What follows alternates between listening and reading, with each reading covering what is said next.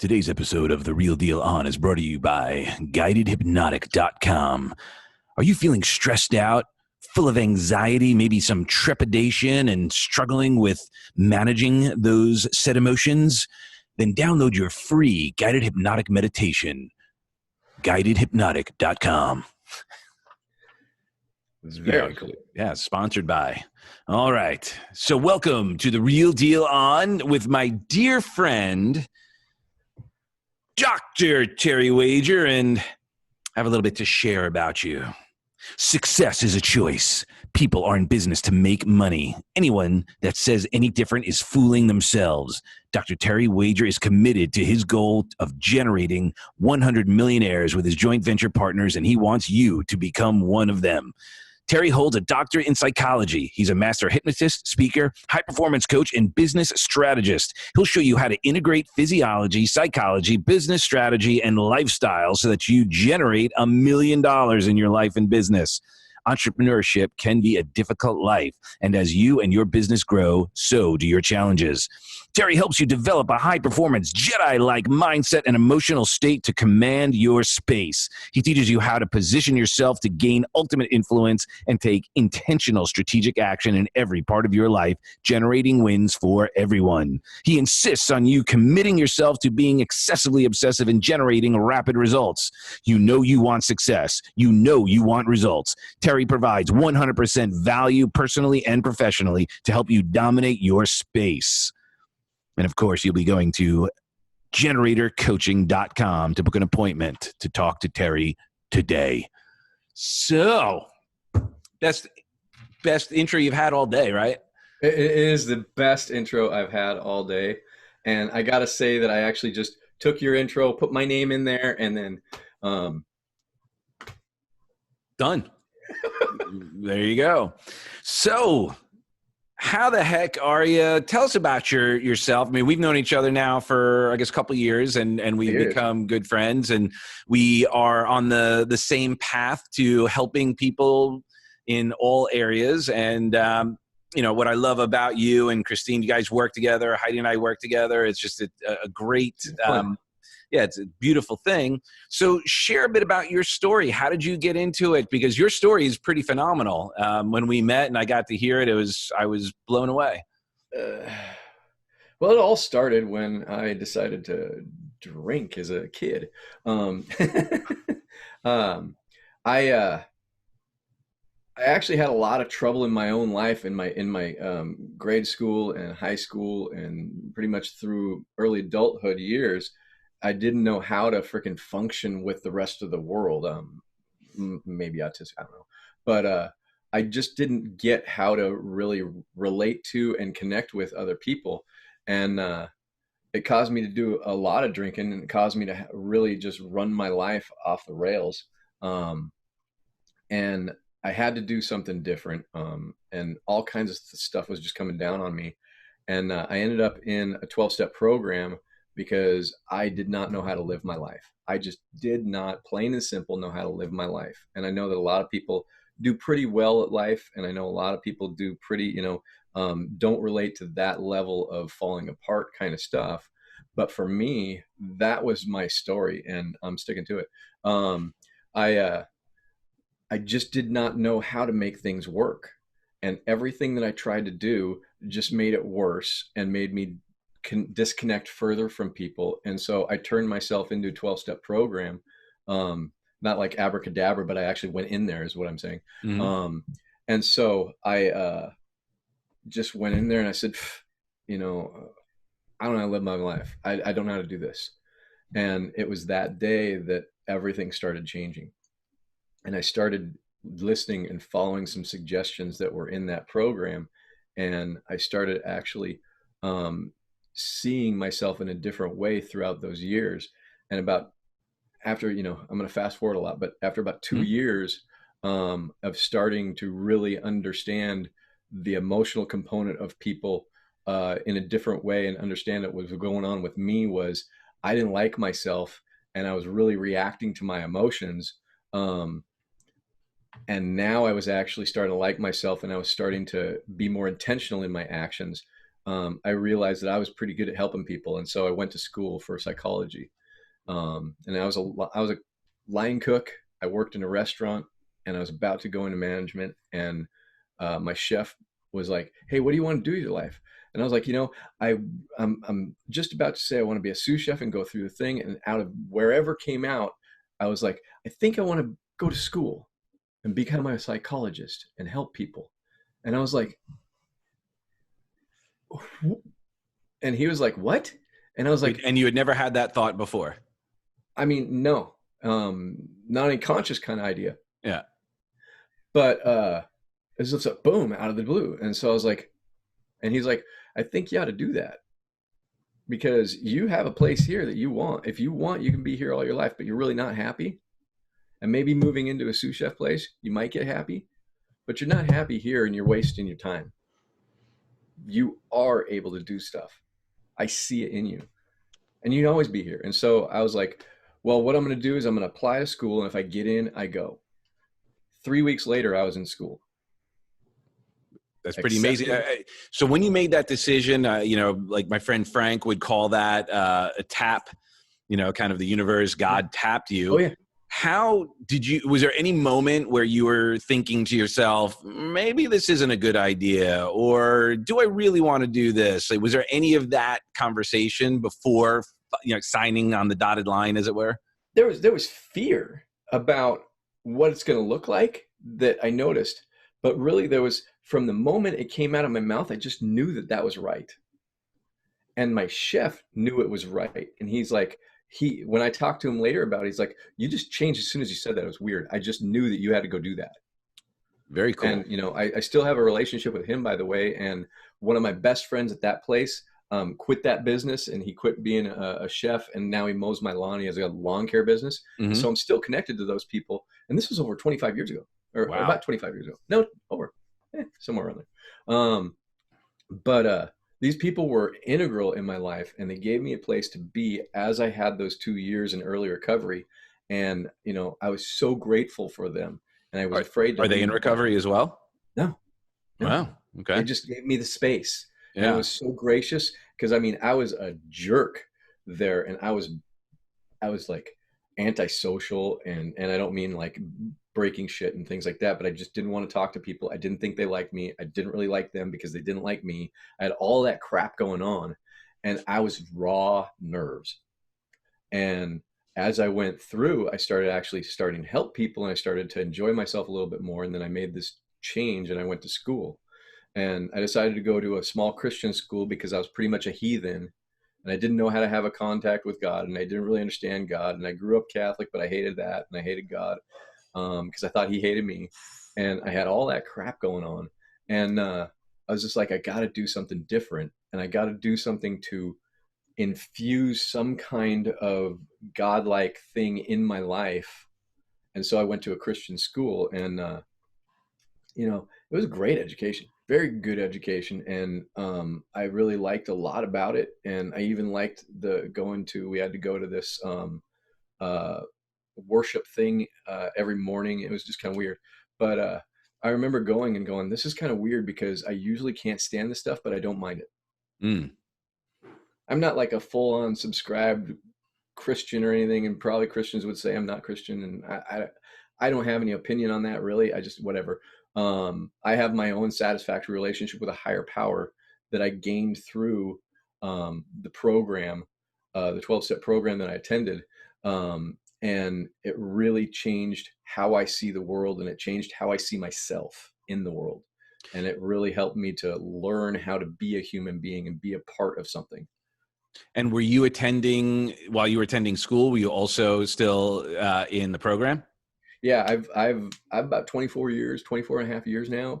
And I think there's probably about 1 year that I didn't really go at all, but I stay involved in it. And I used to go because I had to. Mm-hmm. And then I started going because I wanted to. And then I started going because I wanted to give back. Got it. And so now I go and I share with people, and I'm there for them because they were there for me. Beautiful. Yeah, because that's sometimes when people are talking about their recovery and they've accomplished to the degree that you have, sometimes that part of their life kind of falls to the background, and they're like, yeah, Right. I'm not really attending meetings. I'm just, and there's no judgment. It was just, it was really a Yeah. And curious question. there's a lot of debate in the program that I attend, and the debate is basically like, you really should go because you got what you got, and you should give back. And then there's a debate that if you don't stay, you're going to go drink. And there's all these different fears and different opinions and all of that. And I stay above that. I don't really have an opinion, and that's actually a principle that we're taught, is to stay out of opinions on what other people should do. Right. And really don't, that's not an argument or something that I need to get into, because it really just goes against, for me, the principles of the program, which are to help others to achieve some kind of sobriety or substance-free life. And the truth is that the best way you can help is by continuing to just be yourself and do what you're doing, and be a shining light. Exactly. And that's, man, I can't think of anything better to do. And that's what I did. And so, I stay in the program because it gave me my life. Right. It gave me my life. And so I give life back to the people that are in there. And it's very much a reciprocal kind of thing. Mm-hmm. And I still get a lot out of it, because when I do notice I'm stressed, or I do notice that I got something going on, I go to that and I'm home, and I just, I used to say, especially when I first got hypnotized, and I first started understanding what hypnosis is that those 12-step meetings are a big hypnosis session. Mm-hmm. And they actually have an induction. They have a little script in the middle, and then they have a closing where they bring everybody back out. And it's like, oh, you know what? Actually, everything is. But it was really apparent to me that there's a very big process in there that helps people to just de-stress, let go, connect back to themselves, and connect back to the group. And then they go out about their day and they just blow up again. Well, here we go. I need another meeting. And it's so funny, because it happens all the time that you see people go in there and Right. oh, I don't know what I was upset about. Jeez, I can't remember. Like, you want to share? You know what? I forgot what I was going to say. Yeah. And so it's really interesting in those rooms. But enough about that. While I was going to school, I actually transferred from the little Christian college to USC, which is University of Southern California, not the other one that doesn't count. South Carolina? Yeah, that's one. Okay. It doesn't count. It's Okay. USC is Trojans. USC is USC. I graduated from there with my undergrad degree, and a real special thing is I dropped out of school before I ever went back to college, because I thought I was too stupid. I didn't think I could do it back when I was younger. Mm-hmm. And so here, a high school dropout graduates with, insanely high average for the school, and really it doesn't take anything to keep going. I didn't study more than anybody else or anything like that. I just applied myself, and I really loved the information. I really loved understanding what was going on. And then I went to grad school. About a year after that, in between that, I started working with severely emotionally disturbed kids, and I started really seeing that this emotion thing, I could relate to those kids so much, because that was me. Mm.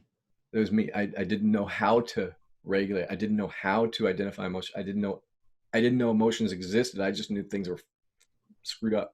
I almost swear. And so I learned how those emotions, I could see how they're playing with those people. And so I was like, I got to learn more about this, and I got to learn how to actually help people at a deeper level, which I had already, I already made the commitment to go and become a doctor of psychology, but this just reinforced that, yep, this is the right path for me. And I applied to 2 schools. I applied to California School of Professional Psychology, and I applied to a school that is now closed because of money stuff, but a school called Argosy University. And I went to Argosy, and I had the most amazing experience there. The professor that ran the whole program was from the old Chicago School of Professional Psychology, which was huge uh, in psychology background, and like some of the big names were connected to it, and he was just amazing. And I got a really, really in-depth understanding of how to work with people on a real psychodynamic level. And I got into attachment theory, I got into emotional regulation. And so it just was like, I get it. I see it so different now. And I see how we can actually help people make change in their whole life by addressing this one little thing that nobody knows about because they're unconscious. Mm. And so I started working in community clinics, and as I went through, I started realizing that I was pretty good at therapy and was pretty good working with people and helping them move changes.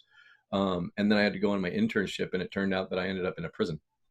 Well, when you say So, not as an inmate, of course. not as an inmate, Yes. although with my drug and alcohol background, You would have ended up there anyway. there was not much difference. I didn't get caught. Yeah. Grace of God there. I didn't get caught. And I was like, but for the grace of God, there go I. And I could really relate to a lot of these guys because there's a lot of drug charges and a lot of bad mistakes out of being stupid on substances and stuff. But again, those kids in that prison, when I say kids, they were 18, 19, ready to either go to prison or get out. That was most of the community that you worked with? Yeah. 17, 18, 19-year-olds. And then they'd go to the adult prison if they were sentenced for a long sentence. And there was a lot of people who were in for murder and kidnapping and all kinds of different stuff. That just, how does that happen? Well, it happens because people are out of control emotionally and they make very bad decisions. And so, what did you notice from talking with people in that state? Were there any similarities? Were there any, like, what were patterns you noticed? Patterns that maybe were inconsistent? The biggest thing I noticed is those kids are the same kids that I was dealing with when I was at USC. I have to see my thumb. They're the same kids that I was dealing with, the severely emotionally disturbed population. They just grew up and went to jail because they didn't know how to control themselves. And what you really see is people trying to control their outside environment, and they try to manipulate their outside environment to get what they think their needs are met. And they're not able to communicate what's going on with them. They're not able to say what's going on with them. And so they're really agitated and they blow up or they implode. Now, most of the people in prison, they blow up because that's kind of the behavior. And outside kind of, the ones that implode end up in mental hospitals or end up in therapy rooms and things like that. And so they all go somewhere, but the ones I was dealing with were the exploders, and they attack anybody. And I had a lot of gang members that were in the gang because that's what they learned, a lot of learned behavior. And I tell you what, those gang members were very, very good business guys. They just couldn't control their emotions to not get themselves in more trouble. But they had, even in the prison, they had a whole system dialed in on how to get people what they want, and all kinds of contraband and an economy of the prison. And you see stuff like that in TV stuff. It's true. It's absolutely true. They get more shit in that prison than I could. How does that happen? But they come up with cell phones. They come up with freaking Subway sandwiches. Like, how'd you get that? Well, and as you're talking, I don't have that level of experience in jails, in prisons, but I do, Heidi and I were working in the treatment world. And one of the things that we noticed, and I wonder if it's the same, is while they have a rough exterior, that really they're some of the most sensitive, the most caring, the most loving people that just unfortunately bought into some non-resourceful strategies that were, not sustainable, and then brought them into either the prison real or the prison of addiction. Right. Right. But it sounds similar. The reality is, and this because you work with people who don't have addiction stuff, is the prison isn't necessarily addiction, or the prison isn't the prison. The prison is our limiting beliefs. The prison is our fears. The prison is how we experience the world as dominating us in some way. Right. And that's the major thing, is they were dominated by their own emotions, and then they try to control the outside world to dominate themselves or try to change themselves, and they couldn't do it. And you're right, they are the same people as the people that we have relationships with, that we care about and that care about us. They just have been so protected for so long by their own way of trying to survive, that they have really poor protective strategies, is what I call them. And so they protect themselves by harming, and they don't mean to, but it's like, either me or you. Sorry, didn't mean to, but sorry. Well, and there it goes into some NLP. All behavior has positive intent. Exactly. And I firmly believe that there's a lot of positive intent. And I mean, I worked with all kinds of different stuff, including sexual abuse and things like that. And when you really look at it, instead of run away from it and go, oh my God, they're terrible. No, they're not terrible. They're human. And they had something going on. They told themselves a story after they got emotionally triggered. And then they acted on that story because they didn't know how not to. And when you identify the emotion and you turn off that triggered emotion, the behavior goes away.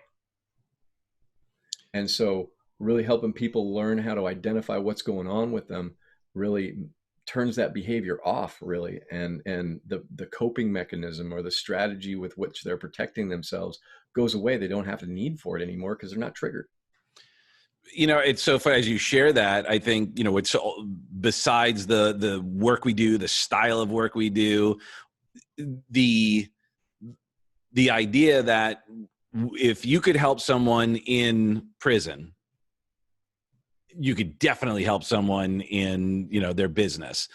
Same thing with me is like, with Heidi and I, man, if we could help people in, through addiction, and create a life worth being sober for, and do that, then we can help you with your business, with your personal life, because it's all the same stuff. It's just the degree of impact those choices have, because ultimately it's an addiction anyway, from my perspective.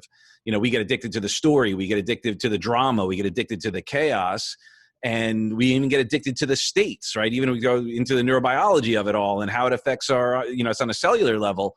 But I really want to honor you for taking that shift and moving from, transforming your life, reinventing yourself to help, a different group of people, which is not to say the other people don't deserve, need, or have access to.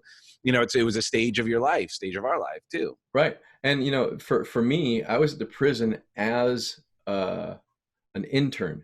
And so I was actually doing this work as an intern. And they're like, I just thought they picked me because it's like, hey, man, this guy is freaking awesome. Let's put him with the really worst of the worst of the worst of the worst down in that 23-1 lockdown where the most violent offenders are. Let's put him there. And I was like, hey, look at that. They know that I'm pretty good, right? And my ego's all telling me how great I am. And then when I looked at all of the other interns that were there was about 11 of us. I was the only guy that was my age that was in that kind of situation that could handle the agility that might be needed in that area. And then there's, small girls, old people, and, there's 2 or 3 that were 55 plus that were interns or that were working at interns. Wow. And so when I looked around, I was like, oh man, it's not because I could do it. It's not because I'm awesome. It's because I was probably the best choice at that point, because these old people might get hurt. Like, well, that's a blow to my ego. Or could it have simply been there was a need? Yes. And it's funny when I look back on it, it's like, I think my ego got me there. It wasn't necessarily because I'm the greatest in the world. And really it's that right sizing that, I am good. I'm great. I'm really good at what I do. But, there's other factors too. Maybe I should look at those. And well-rounded kind of look. But the interesting thing that you were saying is, when I was in the prison working, I was really wanting to know if the changes that I was making with these guys were because they're just so needing change, or can I work with other populations? And so I started working with other populations, and I actually Ended up moving to Oregon from California, working in a prison for a little while in there. And then as I moved out, I moved into a private practice and I started working with a private practice group. And I arrived. I finally got my own private practice. I hated it. I absolutely hated it. There was no real challenging kind of thing. And I was dealing with people who were depressed and lonely and not wanting to really change. And they just wanted to come and talk to me. And I really didn't want to do that. I really loved the energy and the confrontation that was in the prison. I think I missed Mace a little bit. And there's a lot of different It's an things. acquired taste. Right. You put it on your sandwich. But I just missed that energy. And then I started getting business people in to the private practice that were stressed out and, doing deals and not knowing how to manage their emotions around that. And they're just stressed out. They can't sleep. And I'm like, it's not that you're stressed out or you can't sleep. It's that you're not identifying what's going on with you. And what I noticed is these guys were the same as the prison guys with healthier, effective behaviors than the other guys. They weren't, the business people weren't doing things wrong to people, but they still had the same strategy of stuffing their emotions, of not identifying what's going on and just trying to freaking control shit. And so they were doing the same thing. And so I was like, I can fix that. I can help you with that. And I started getting rid of their stress and helping them to really identify in a different way. I helped them to identify their emotions and their businesses start growing. And then they start asking me about what I would do in their situation with their business or in their situation with their conflict. And so I started doing a little conflict management. I started doing a little bit of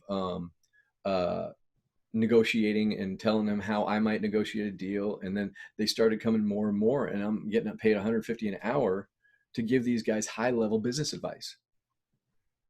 And then, I heard of Tony Robbins. I didn't know who he was. And this is freaking What? 2011 and 12. I didn't, Of course. I heard of him as the guy on TV at night that was really good with motivation, but I just, whatever, he's not a doctor. And then I actually started realizing that he's making millions of dollars doing the same thing I am, and I'm making $150 an hour. Somebody's doing it right, not me. And so I was like, I want to find out a little bit more about this guy. And so I watched the thing and I got really jealous. I hate that guy. All of his stuff is right. At the same time, I do that too. And I've got this and he's got this. I'm sitting there going, I need to do that. And so let's get a timeline on that. You went to school. Mm-hmm. How many years did it take you to do the school? Because you went to 2, was it 4 years? 10 or 11. 10, 11 years. From the time I started my undergraduate course, because I started my undergraduate school, I'd never gone to college before. I dropped out. And so you had to make up for all that. Okay. At 28, I started school, and at 38 I graduated, or 39 I graduated. 38 I started working in the prison. Okay, and you were there for a couple of years interning? I was in prisons for 3 years in California and then 1 here. Okay, and then you started at a practice. Yeah, I built my practice. I built it to a $200,000 practice in about a year and a half. Okay, and how long did you do that before you decided? I did that for about 3 or 4 years. Obamacare kicked in, and I lost a lot of money through insurance because I had a lot of private pay, but then everybody wanted to use their insurance. Yeah. And so I just watched my bottom line dwindle as I had all of these people that didn't really want to change. And then I had these other people that really did. And this is about 2016 when I just went, I am not going to work with mental health anymore. Number one, I don't believe it. I don't believe mental health is really what it is. I believe it's an emotional fitness thing, not a mental health issue.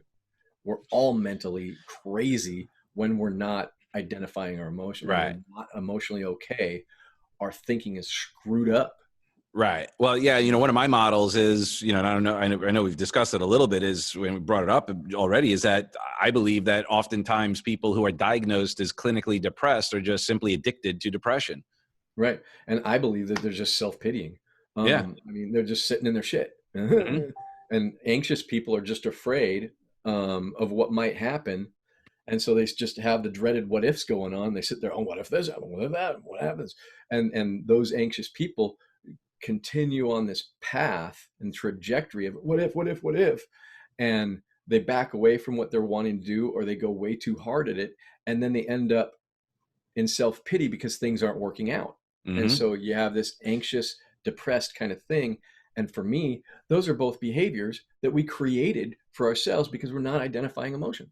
Mm-hmm. And And it's a then it vicious gets cycle. reinforced when you go to somebody else and they go, oh, wow, that's messed up. Oh, yeah, me too. That's effed up. Yeah. And then it turns into a psycho-cybernetic loop that we're both feeding each other in Right. that model. Yeah. Right. And I saw, and I had therapists working for me a little bit, and I started to grow the practice, and I noticed that a lot of the therapists that I hung out with and that I knew, all kind of fed into keeping people in a mental health model, and I didn't like that. One of my mottos for anybody that came in my room was, "You're okay, you just don't know it. Mm-hmm. Yeah. You're okay NLP already." presupposition. You ain't broke. Yeah, you just don't know it. You're listening to your head too much. Shut up. Stop listening to you and start listening to somebody who has a plan for you to change. And the people that were my business people love that, and the other people like, oh my God, he said that. I'll stay because I kind of see what he's saying, but I don't really want to do it. And so I actually referred all my mental health people, and I kept uh, 4 clients. I had a full practice. I'm not doing that anymore. And I kept 4 clients. I raised their prices, and they started paying me what I was worth, or closer to what I was worth. My prices are much different now, but or the level of investment is much more now. But the whole idea is these people knew that this was helping them to make change in their life and grow their business, and they saw the value in it. And the other people did not see the value in getting rid of what was going on with them. They had more value in keeping the mental health label, and I just couldn't subscribe to that. And so, gone, move this way. And so, Well, so talk about that reinvention, that renewing of the mind, those because that's kind of the purpose of the show, is to, like, look at someone's path, right? And then look at the obstacles, and then how did they overcome them? well, Some of for these are me, pretty significant. And when you have a business, and I get it, you were pushed into it because of the insurance wasn't paying and your account's receivables were going down and all of that. that But was that was just a thing. It was really that I really was excited about the other people that I was working with. And I had a conversation with Christine. She was still working for Starbucks at the time. And I had a conversation with Christine. I was like, I just hate this. I hate going and trying to help people that don't want to help themselves. You know, in the 12-step communities, they go in there, they're beat up, they want to change. In the prison, they're beat up, they want to change. In a private practice where people actually come in of their own volition, they didn't want to change. But the business people did.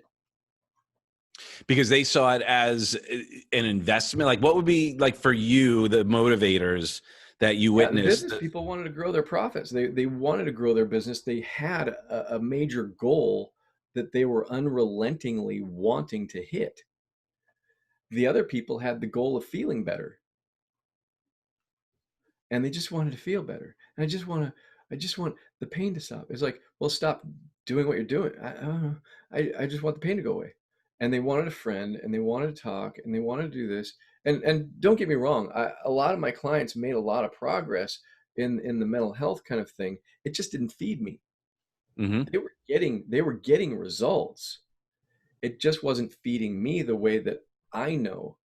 And when I have a little phrase that comes out that I know I'm ready for a change, and I've known it since I first got sober. If this idea occurs to me, I know I need to make a change. And it goes like this: I didn't get sober for this. Mm. And if that pops into my mind, I'm on the wrong path. And it just pops out of nowhere just as much as I said, I think I want to be a psychologist. It just goes, I didn't get sober for this. Oh, shit. Uh-oh. And that's my, big red flag that I need to make a shift. How many times has that come up for you? About 7. Very cool. So you, like, that moment when it's a subtle thing, but once it happens, it Yeah. It's just, like, whoa, hey.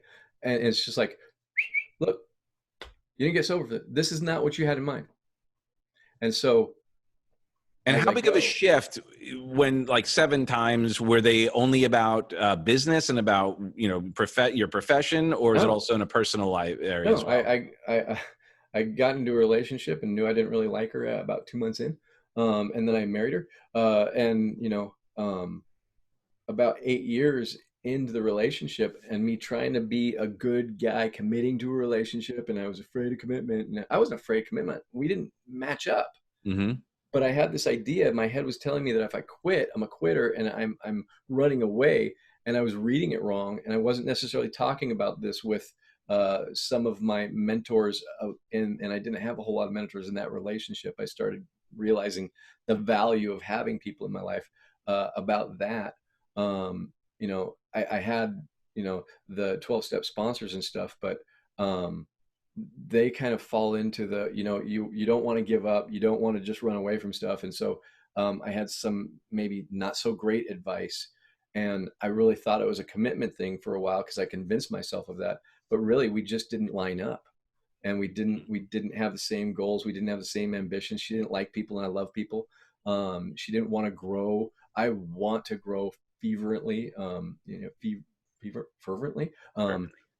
And so the tongue doesn't work sometimes. And I was the so bestest in my English class anyway, so I was I was, too. I was the most goodest. Most goodest, bestest ever. And so I really wanted something different. And, it just, I can get sober for this relationship and to work this hard to enjoy something that I don't enjoy. And I so was we it say, ended amicably.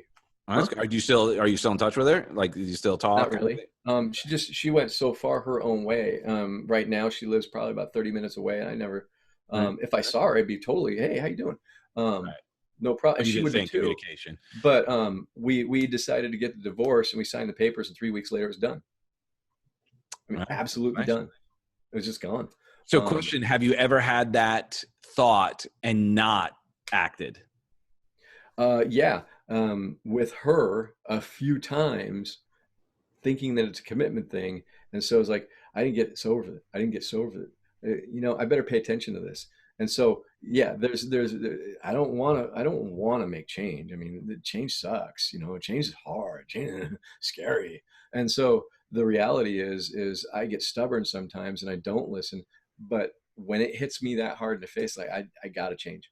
And I mean, it starts off as a little, quiet whisper, really.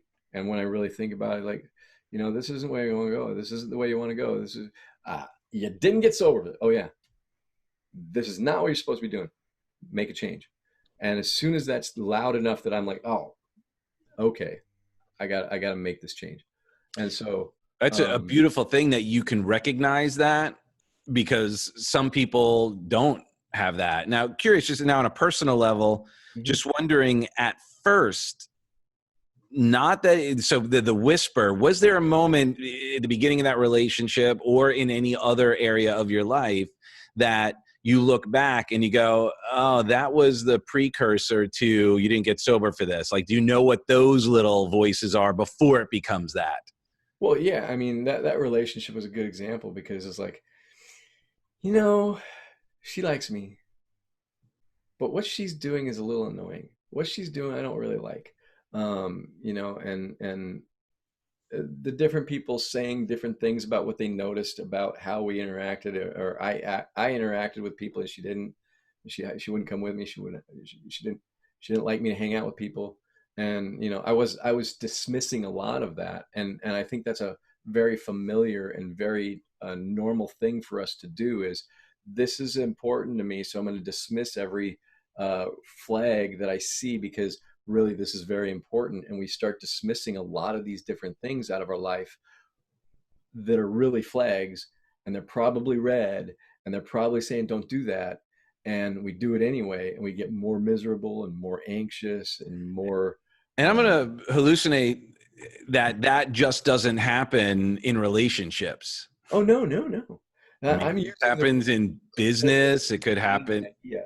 But no, it happens in business, and it was happening in my private practice. I was like, I don't like the way this is going. I don't want, this isn't what I had in mind. I'm not making the money I wanted.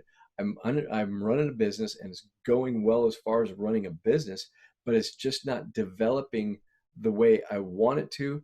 And I'm not developed. I'm living in a freaking box room, and I don't have any windows because that's what they had available to build out what I wanted. And it's like I'm in this little cave helping one person at a time when I'm watching people like Tony Robbins affect hundreds. And I have that ability, and I know I do.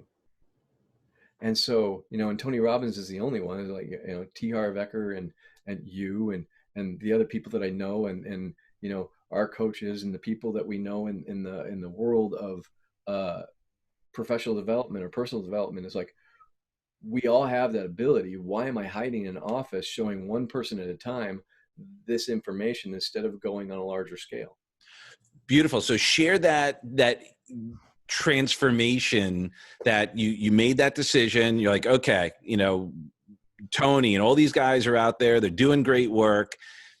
What were the next steps for you to start chipping away at what may be holding you back? What did you add to start, moving you up? Really, I didn't know how to break in. I didn't know how to get into what Tony Robbins was doing, or basically seminar work or stage work or anything. I'd never been to a seminar. I'd never done that. I didn't learn how to ride a bike at one or anything like that. I didn't have that experience. I had academic. And so if you want to grow in academia, you go and become a professor. And I don't want to be a professor. That's boring. You got to put that sweater, the sweaters on, or the coat with the sleeve things. And my elbows don't like sleeves like that. And so I was like, I want to do something, and I want to do something that's exciting and put myself out there, and I don't know what to do. But I was trained in hypnosis. I did get trained in hypnosis in my private practice because I really liked the effect, and I had a experience with one person that I hypnotized by trying to get them to calm down, and they just went. I'm like, holy shit, this works. You didn't use a hammer? No. I just said, pretend you have a candle in front of you and blow at it. And she's like, okay, one more time. Really focus. And she went, boom. I was like, what the hell happened? And so I went and found the worst person in the world to teach me how to hypnotize people. And it was a bad experience, but I was convinced that it was good and somebody else could teach me better. And I found them. And so I got trained, but then I saw a guy named Anthony Gailey do a hypnosis show and a talk all in one. And I was like, that's what I want to do. And so it was my first seminar I went to, and he was teaching people how to do a keynote speech with a hypnosis show. And I was like, that's it. That's what I want to do. Amazing. And he showed us exactly how to market, to put a keynote speech out there to do as a hypnotist. And I didn't know how to do stage hypnosis. I was like, oh shit, I'm missing something here. And so I started going around and talking to some of the people and some of my friends. And I ran into a guy who actually lives 30 minutes from me who was at the same training. And so we started hanging out, and he was going to teach me stage hypnosis. And then he's like, you know what? You got to go down to the Oregon State Fair. There's this real cool guy, Mark, and you should go check him out. And so I went there, and freaking hilarious show. Awesome stage presence. Wonderful guy. You've met him. Yeah, he's going to be on the show. And I was like, this guy, he didn't know this at the time. He knows a little while later. But I go, this guy is going to teach me how to do what he does. And so I went up to him after. I'm like, you're amazing, blah, blah, blah, blah. And he's like, yeah, I don't teach anybody how to do this. And I was like, well, you're going to teach me. And he's like, nah. And so I'm like, so then you told them, all right, imagine you're blowing out a candle. You're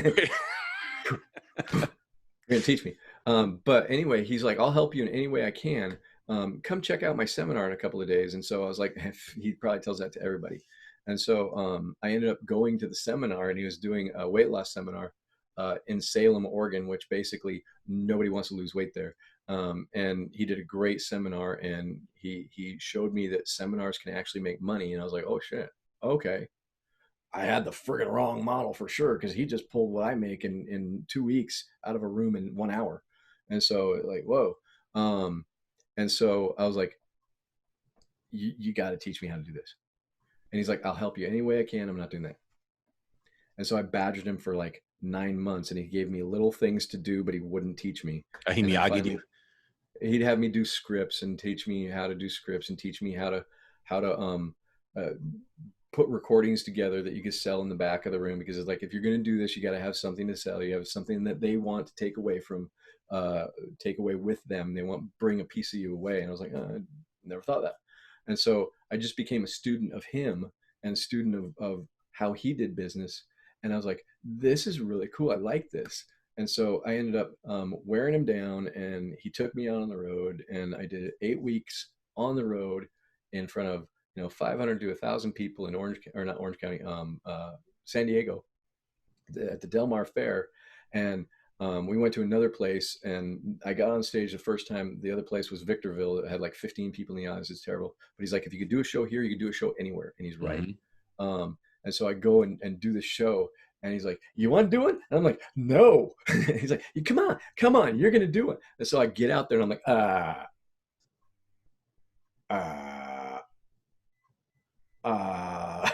and I finally got the script out, and I finally got these guys. Okay, you're gonna do this thing, and you're gonna get up, and it was just the worst ever. And he's like, here's the good thing about that: you're never gonna be that bad again. And so I just started getting better, and he'd make fun of everything that I did, and then point out a couple of things that in a good way, and Mm-hmm. made me feel appreciated that I was even trying, and then calm me down a lot, and then had me just add one little thing to my performance every day that we did the shows. And then through that, I learned how to do a really solid show. Now I do them. Well, I mean, Amazing experience. and that's great. And when we have Mark on, obviously we'll chat about that, but that speaks volumes about him, that Yeah. he, would share his resources like that to go, hey, here's a crowd that I basically got us into.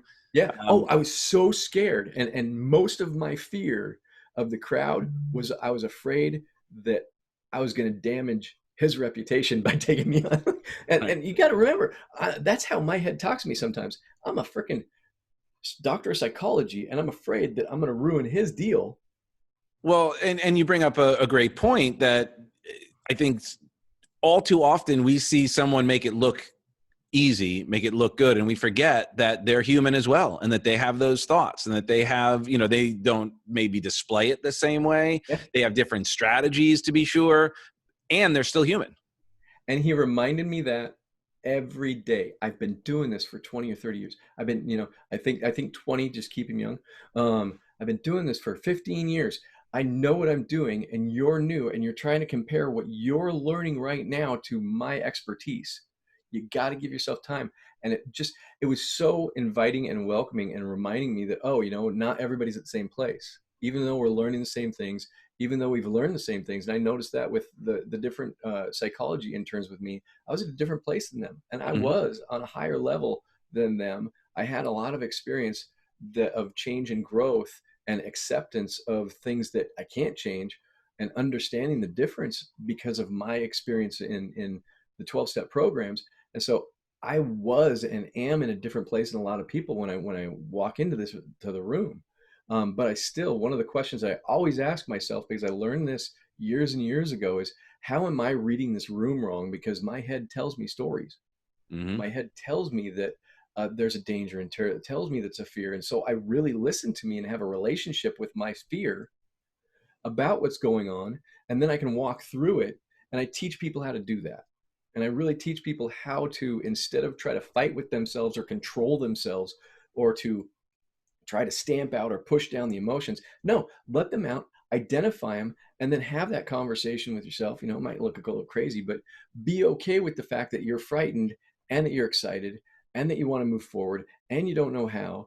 And then take the guidance of the other people from where they're successful, and use them to learn how to be successful yourself. And that's one thing I like about you and the other people in our community that really help each other out, you know. And our friend Walter, freaking amazing. He's inviting everybody to help out and to have the same journey of helping people grow. And, you know, Paul Fink, I met him through Mark, and I started being coached by Paul in sales and in putting programs together. And I'm like, you know, this is right after I got trained by Mark. And I'm like, I'm thinking maybe about a solid year, and then I can get up and do a seminar and sell from the stage. And he's like, I got a thing coming up in 3 months. You're gonna do it. Yep. And it wasn't that direct, but pretty damn direct. Mm-hmm. And I think you should do it. You know, I think you should do it. What's holding you back? Why are you stopping yourself? And so 3 months later, I sold from the stage, and I did pretty well considering the parameters and all. And I actually sold my program. And I was like, I had no idea. Now I'm doing that thing that I wanted to do 3 years ago that I didn't act on for two of it. And then I get involved with a little bit of stage show, a little bit of this, a little bit of that. And within 3 months from saying that I want to do it in a year, I already did it. And now I do things like this, and I do different seminars, and I do different speaking events, and I love it. Mm-hmm. I absolutely love it. And I was so nervous in the beginning because my head tells me, you know, it's going to be bad. I remember one of the first stage shows I did for hypnosis. I'm sitting there going, I think I probably get out of here before anybody notices I'm gone.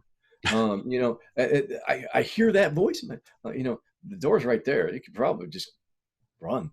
And I'm like, probably could. You know what? I think I'm gonna just try this out instead. And then thanks for sharing. And I think I could be here. And really, it's that allowing myself to have that fear and make fun of myself with it, and tease me about it a little bit, and do the scary thing anyway.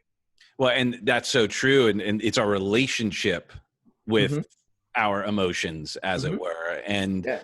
sometimes we'll even notice people think that certain emotions are helping them, and it may to a point, but then they keep using that same emotion, and it Right. keeps them stuck, as it were. And Right. I know that's the work that we both do, and it's his first step, as you shared, is that awareness. Mm-hmm. Like, what's going on, and you know, Yeah. if you could have that voice that, you know, when that speaks, time to make a Totally. change, man, you're blessed.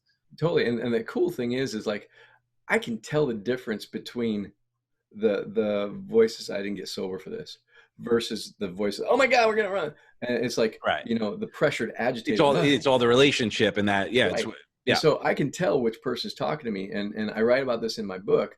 And my book is called Quit Taking Your Own Bad Advice: How to Stop Overthinking and Follow in the Brilliance of Others. And it's really because that's been my path. I've Mhm. always, since I started making changes, I started following the brilliance of others. And really, the fact of the matter is I followed other people before that. It just wasn't very brilliant and wasn't very safe. And Well, so, yeah, I, choose.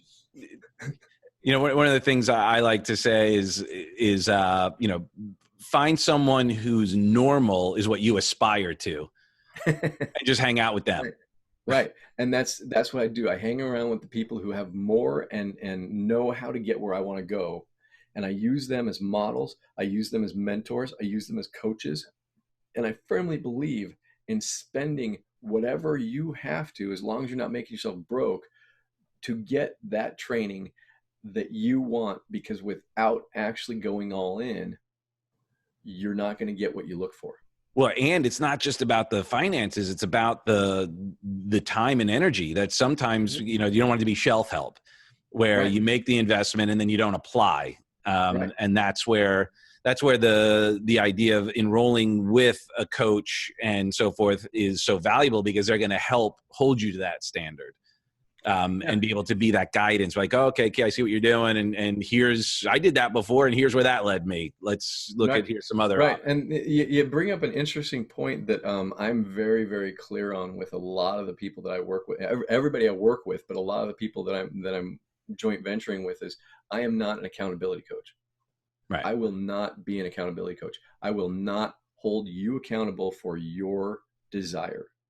If you have it, you're going to get it.